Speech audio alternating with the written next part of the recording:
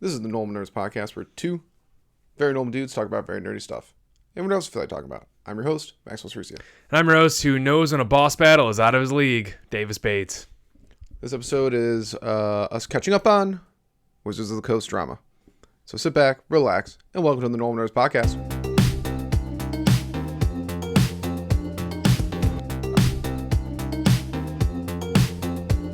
All right, Davis. Yo. Looks like the community won. Hell and yeah. Wizards of the Coast lost, no matter what they Hell say. yeah. They took on a boss and they got TPK'd.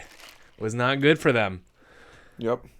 So, for anyone who are new to the debacle, Wizards of the Coast tried to get rid of their original game license, which allowed for a lot of third-party content, a lot of different kinds of content. They were essentially trying to monetize D&D in a way that hadn't been done before, and it just didn't work. The community went up in arms. It's been a Twitter storm for the last 2-3 weeks, something like that, and it's been a solid mess for Wizards. D&D Beyond subscriptions have been unsubscribed and deleted nonstop for the last few weeks. So, and they've put several posts up there. They had a survey up, but as of yesterday, I believe at 3, they capitulated finally and said that they were not going to remove the original game license or the OGL. And we'll see what it comes in the future right now. But right now, that's the gist of it. That they have essentially lost this little nonsense war against the community. For us. Huge for the community. Yep. And just as just as Vox Machina is coming back on air. Yeah. It's guys, just leave it alone. Yeah. It's working great. Yeah. D&D you're already making money off of D&D. Why are you trying to do don't do it anymore? Also, no one's getting D&D 1. No one. Oh, absolutely not. Especially the concern out there for some of the community still is that with D&D 1 coming out, which is Wizards' next versions of Dungeons and Dragons. We've been operating under 5e for the last few years. The idea is that they might, so everything that's out right now will always stay under the original game license. But the question mark is if they're going to put D&D 1 under a new game license, which would instantly make nobody buy D&D 1. Yeah. If they were going to at this point already.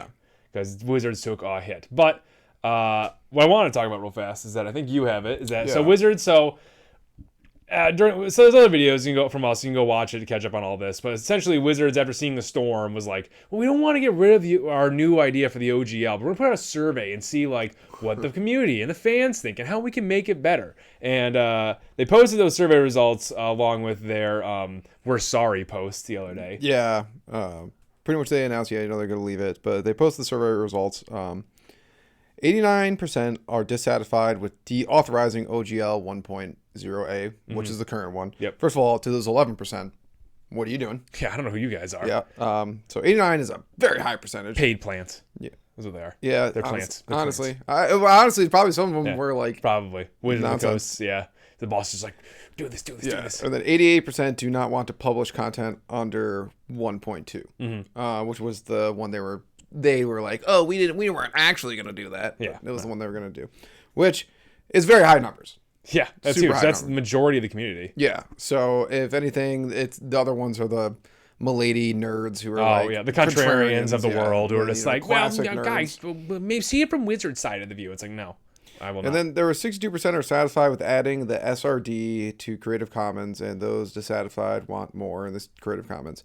I don't really know what that means. I wasn't really looking at the Creative Commons. The standard rule something is what it, essentially just the rules of 5e. It's the standard rules for Dungeons and Dragons that we have right now, and how to the guidelines to play the game. And they're not gonna. I think those are staying in the OGL as well. Seems like it. Which is.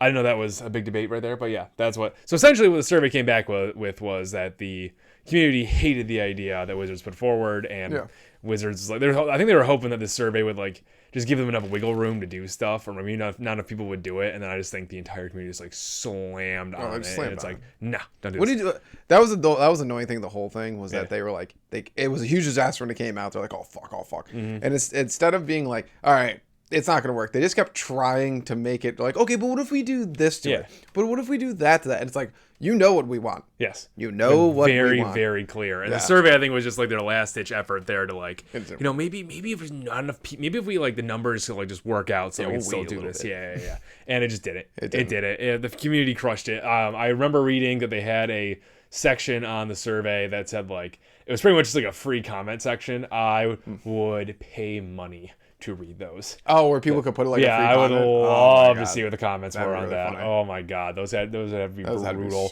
I feel bad for the Wizards employee that had to read those. Oh yeah, they're just like someone had that was like Butters on South Park when he was like, you know, like for like Demi Lovato. He had oh my god, probably lost their soul. Oh yeah. So that was pretty interesting to see. But yeah, essentially this was a giant win for the tabletop role-playing community. Although I do think that the damage is already done still. Everyone in the grandma now is trying to put out their own version of Dungeons and Dragons, a tabletop role-playing game essentially. And I think this is gonna hurt Wizards so much longer in the like so much more in the long run than it is gonna be in the short run. Even if they keep the OGL, I mean they are keeping the OGL, but. Yeah, I think it's gonna. If it didn't already kill D&D 1 on arrival, it's probably going to at this point. Yeah. That's why I was like, I don't really care if they do the 1.2 for D&D 1. Yeah, because I don't even want to play it. I don't really care. Once again, the only thing that looked really interesting out of it was the tabletop simulator that they had so far. I haven't like the fan thing was a good idea, which it's surprising that they did. Yeah, they did something like that. They're like, oh yeah, we want your input. Yeah, and then. They try to screw over the whole entire fan base. Like, yeah, we don't want input now. Yeah. So it was just, what a mess. What a mess. This is definitely going to be one of those things for, like, the ages right now to remember. Like, remember when Wizards tried to destroy an entire game? Yeah. By acting like they had any control? There is a possibility that there might be something that comes in and it's better. Yeah. And I'm still down to try Pathfinder. I think this is going to open up a lot of, like, doors for Pathfinder. Oh, yeah. I think Pathfinder's going to explode. And then, like, 20 years later...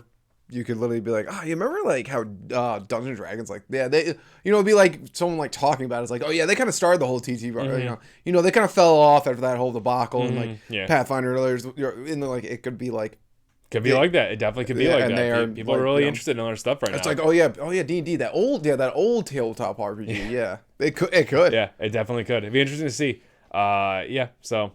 But overall, it was a solid win for the community. Yeah. I think it's great. The one time I think the nerd community stuck together real strong. Very true. Actually, we're all on the same page because usually a lot of times when nerd community loses, oh god, it's so fractured. I'm like, there's contrarians on either side, just being ridiculous. No one's agreeing on anything. Everyone who's a contrarian about it, I don't get it. Yeah, Wizards isn't giving you a job if that's what you want. I don't know. I didn't understand like the whole like. I don't know. No, I don't understand it. I still don't understand it, and I never will. Yeah, there's a lot of times the nerds will be like this and this, and I'm like, all right, relax. That's not how the real world works. Yes, but facts. When this happened, I was like, oh my god, this is a total slap in our faces. Yeah, it was, and everyone was in agreement. And then some people are like, well, it's really not that bad. It's really you gotta understand from Wizards' point of view of that. It's like don't really have an idea of what they're doing. But, yeah. There's no good argument on this side. Just like, well, just like be nice to Wizards. Essentially, is what they were saying. It's like, no, I'm not gonna do that. They're a company. I know. Well, that's funny because they would turn around and then like another company they would like hate on them. Yeah, exactly. For having better practices, probably. Yeah. But nice job, nerd community. Yep. You did a good job.